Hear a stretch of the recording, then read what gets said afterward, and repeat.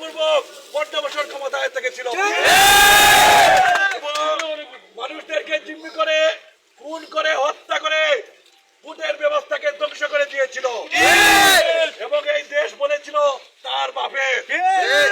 আজকে বাংলার জনগণ প্রমাণ করেছে এই দেশ গণতন্ত্রের দেশ, এই দেশ জনগণের দেশ, এই দেশ স্বাধীনতাকামীর দেশ এবং বাংলার গণতন্ত্রে বিশ্বাসী মানুষ এই গুলিবাজ অবৈধ সরকারকে আজকে তার মঞ্চর থেকে টেনে হিচড়ে হেলিকপ্টারে পালিয়ে গেছে।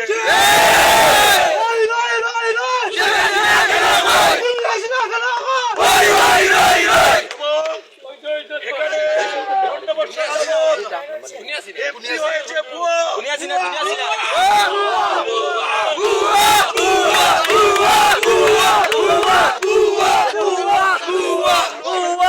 চেয়ারম্যান হয়েছে ইউনিয়ন চেয়ারম্যান হয়েছে, বিভিন্ন নির্বাচন হয়েছে এবং ইনশাল্লাহ এখন জনগণের মতামতের ভিত্তিতে আগামী 3 মাসের মধ্যে গণতান্ত্রিক সরকার আসবে আপনাদের ভোটের মতামতের ভিত্তিতে। এই ভুয়া সরকারকে, ভুয়া জনপ্রতিনিধিদেরকে এই বাংলার মানুষ আজকে প্রত্যাখ্যান করেছে। এই যত এমপি চেয়ারম্যান হয়েছেন সব অবৈধ অবৈধ ব্যক্তিদেরকে বাংলাদেশ থেকে আজকে বিতাড়িত করা হয়েছে।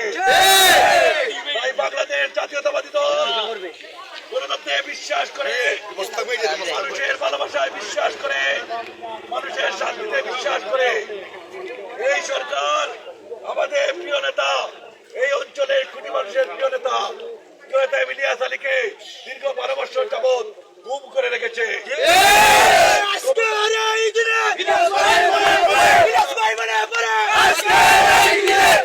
ক্ষমতায় যাওয়ার জন্য বাংলাদেশের আলিমুল আমাকে হত্যা করেছে, বিএনপিকে হত্যা করেছে, জামাতকে হত্যা করেছে, বিভিন্ন রাজনৈতিক নেতৃবৃন্দ হত্যা করেছে।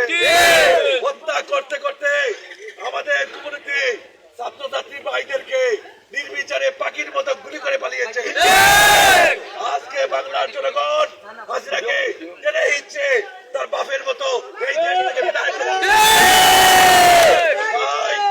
আগামী দিনে বাংলাদেশ জাতীয়তাবাদী দলের নেতৃত্বে, তারেক রহমানের নেতৃত্বে, বেগম খালেদা জিয়ার নেতৃত্বে এদের সরকার গঠিত হবে।